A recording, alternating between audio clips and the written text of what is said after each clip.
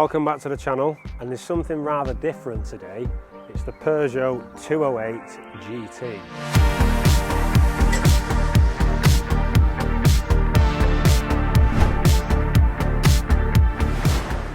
Now you're probably thinking, why am I talking about a modern car? It's not something I do regularly, but I really do need to tell you about how fantastic this car is. And for the price point, compared to competitors such as your Focus, your Vauxhall Corsas, your Polos, I really do think the French have pulled it out the bag with this one. Now these came out around 2 years ago, and I am a bit late to the party again, just like I was with the Toyota Yaris, but I think it is a very, very pretty looking thing, and if I was going to buy one, I would personally pick this colour of yellow. Some people say yellow has bad residual value for resale, but I seriously think that is a hot looking hatch. Although it's not the GTI, this is the GT line, and it comes with some fantastic features such as the black wheel arches, the LED lights, the lovely grille, this colour of paint, and it's also got a fantastic interior. Now we all know the French are very wacky with their ideas, but this is a hot looking car. So I'll bring you in closer to find out a little bit more. It's a 1.2 litre 3-cylinder turbocharged car, and I tell you what, it doesn't half have some punch.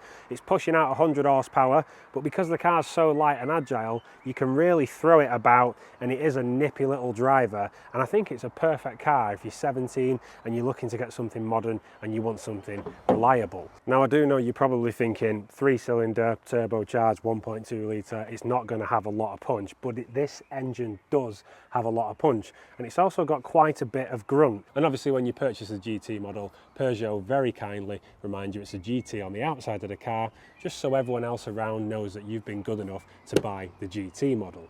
Now let me show you the back, because I do like this, because you do get a fancy little dance on the rear tail lights when you unlock the car. Now I know to some people boot space really does matter. It doesn't really matter to me. I always find this quite a granddad statistic, but I will show you for you boot lovers. It is rather large. It's 310 litres, and just to put it into perspective, it's big enough to fit a bloke that's 6'3" inside it and close the lid. Oh, I'm getting too old for this. With the GT line, you do get 17-inch alloy wheels as standard, and this one has come with some nice Michelin Primacy tyres. But the wheels are rather nice. You've got black, bit of anthracite, which is plastic, must be like a trim, and God help you if you crack one of those. I don't know how much one of those is going to cost to repair, but it is rather lovely. The only thing I don't understand is the petrol cap is absolutely massive, and the only reason I can think that's for is the EV version, because the plugs are rather bigger. One thing that I am sold on this car is the interior. It is quite simply beautiful for a Peugeot. Well, I'm actually playing it down a bit there. It's not just beautiful for a Peugeot, it's absolutely gorgeous, and the quality is fantastic. Now, obviously with the GT line, you do get a really pretty interior. The seats are absolutely gorgeous. They really do hug you and have a sporty feel, and they're not uncomfortable. Like the side bolsters really grip around your waist, and someone that's got a bit of timber on me like me that likes a beer, I'm not too big to get into them. The seat does give way and it allows you to really hunker down and get comfortable in the car. The gear knob for me is quite an awkward shape to feel, but it does go with the interior, with everything being square. Obviously you'll notice the steering wheel has had the top cut off, the bottom cut off, has a lovely fancy GT line badge here, and just feels really premium. One thing I do love about this car is the dashboard. This little screen across here is for all your satellite navigation and stuff, and this bit here I am in love with. It is like a hologram. I'll explain more about that later. For all the buttons down here, they look like they're out of a fighter jet, so I can't really complain with that, and they do feel rather, you know, they've got a nice clunk to them. They don't feel cheap. Electronic handbrake. Select your drive modes down here. You've got Eco, Sport and Normal. I left the indicators on there. One thing that's definitely worth mentioning though is the steering wheel is a lot lower down than it would be in a normal car, meaning that you have to look over the top of the steering wheel to see the clocks rather than through the steering wheel. Now for somebody like me who's 6'3", it is quite difficult. I've actually got the steering wheel up at the highest setting there towards the roof of the car.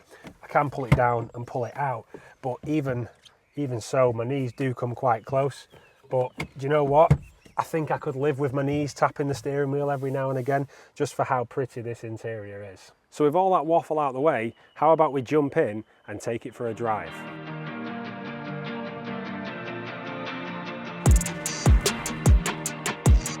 So where do I begin with this car? Now, for the French, certainly quality hasn't always been there.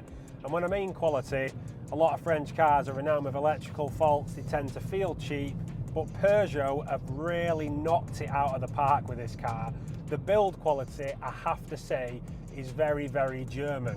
Now, I'm quite biased towards German cars. I love my Audis, my BMWs, my Mercedes, Porsches, Volkswagens, you name it, I love it. And the reason I'm making the video about this car is because I'm simply astonished by how good it is. For somebody that's looking for the first car that doesn't want to go down the old second-hand route, I highly recommend buying this car, and I haven't been paid to say that. It is truly a great car. I'm 6'3", for instance, and I did think room in a car this size I would struggle with. But it's spacious, I've got enough room for my legs. Yes, the steering wheel is rather tiny, but it's comfortable, it's nice, it's square for one, so it does feel very futuristic, and it is quite low in the car, giving it that go-karty feel. And for a 3-cylinder turbo, it is rather punchy. Pushes out 100 horsepower from a 1.2 3-cylinder turbo, obviously, and it does sound quite grunty, and it has got a bit of punch, you know. I'm pretty astonished by this. For 100 horsepower little car, honestly, it's rather cool. I mean, it's really fun to drive. You just little grunt. It does have a sound actor when you put it in sport mode. A bit of sound enhancement comes through the speakers, but what modern car doesn't do that these days? It does have a really nice feature on the dashboard and on the clocks. Imagine watching a sci-fi film and you see where they have the computer screens in them big tech suites, and it's just a piece of glass and you can just see the information on the screen. There's no electronical componentry behind it. It is literally just the information on a screen.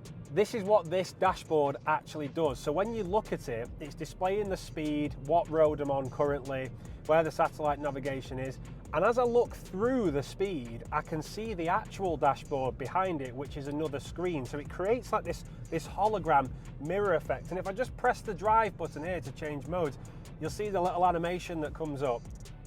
it just makes me smile. It's so futuristic. The design of it is fantastic. And then if you do have a flick through all the other modes, like you can click dials. If I press this now, you'll see. I mean, look at that. It's beautiful. The way the dashboard actually works is quite impressive. To make it look like a hologram and actually to be able to see through the screen, there is a screen mounted above on top of the dashboard here that kind of mirrors and projects down onto the screen, like a see-through screen. I don't know how it does it, but that's basically the logic that I can see, and you can see how it works.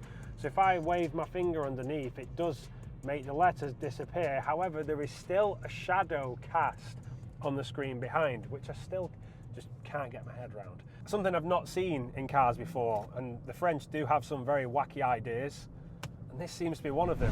So to summarise, I think it's a fantastic car and it's well worth the money at 23 grand. Now I know you're probably saying to yourself, 23 grand for a little Peugeot is a lot of money, but if you want something that's brand new, reliable, good on fuel, a bit pokey, and literally up to date with infotainment and technology in the car, this is the one for you. And the last thing that I'm going to say is, Peugeot, it's a wee from me.